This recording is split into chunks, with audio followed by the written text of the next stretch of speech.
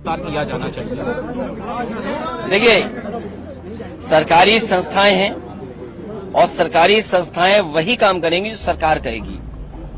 यही तो सवाल है लोकतंत्र में कि जो इंस्टीट्यूशंस हैं वो इंस्ट्रूमेंट हैं आजकल, और इंस्ट्रूमेंट्स बनकर के भारतीय जनता पार्टी को खुश कर रहे हैं। जो दुनिया में रिकॉर्ड बनाने जा रहे हैं झूठे मुकदमे का, ये केवल दुनिया में रिकॉर्ड नहीं बनने जा रहा है इनका झूठे मुकदमे का, ब्रह्मांड का रिकॉर्ड बनाने जा रहे हैं लोग। झूठे मुकदमे लगाने में भारतीय जनता पार्टी ब्रह्मांड में रिकॉर्ड बनाने जा रही है। और ये इलेक्टोरल बॉन्ड्स ने जो बैंड बजाया था बीजेपी का, उससे बचने के लिए, ध्यान हटाने के लिए काम भारतीय जनता पार्टी कर रही है। पहले हेमंत सोरेन उस समय में और भी ऐसे लोगों की गिरफ्तारी। देखिए, आप तो इन चीजों को बेहतर समझते हो, देश की जनता बेहतर समझती है। जो सत्ता में रहते हैं वो अपने इस तरह के विभाग का इस्तेमाल करते हैं। एक समय था कि जो भी सरकार में था वो इस्तेमाल करता था। आज बीजेपी 10 कदम आगे बढ़कर के इस्तेमाल कर रही है। आखिरकार इंस्टीट्यूशंस का क्या, क्रेडिबिलिटी क्या बची इन इंस्टीट्यूशंस की? लोकतंत्र में जो भी सत्ता में आए उसकी जिम्मेदारी है कि इंस्टीट्यूशंस को बेहतर करें। आज इंस्टीट्यूशंस की क्रेडिबिलिटी क्या बची? आम लोग ये जानते हैं कि ED, CBI, income tax BJP के लिए काम कर रहे हैं। और जब से इलेक्टोरल बॉन्ड्स का खुलासा हुआ है तब से और जनता जान गई है कि किस तरीके से डरा के धमका के इन्होंने वसूली की है। वो चंदा नहीं है, वो वसूली हुई है। सोचो, हजार करोड़ रुपए कंपनी दे रही है।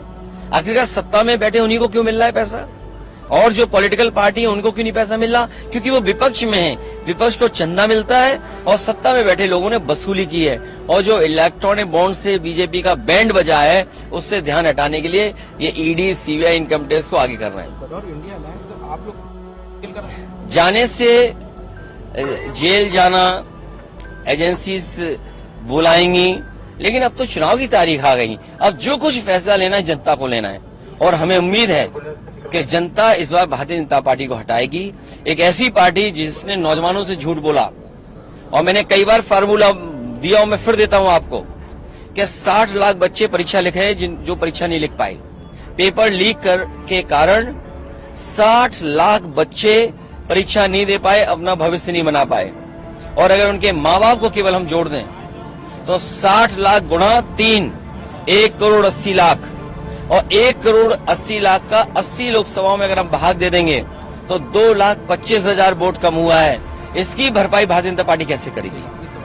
आपने कहा कि अभी जो है एक अलायंस आपके साथ भी था, उन्होंने भी आप पीछे हाथ खड़े किए हैं, तो क्या इसके पीछे लग रहा है कि इस तरह की चीजें हो रही हैं? कुछ लोग बहुत कुछ चाहते हैं। समाजवादियों की जिम्मेदारी ये है कि बीजेपी से मुकाबला करें।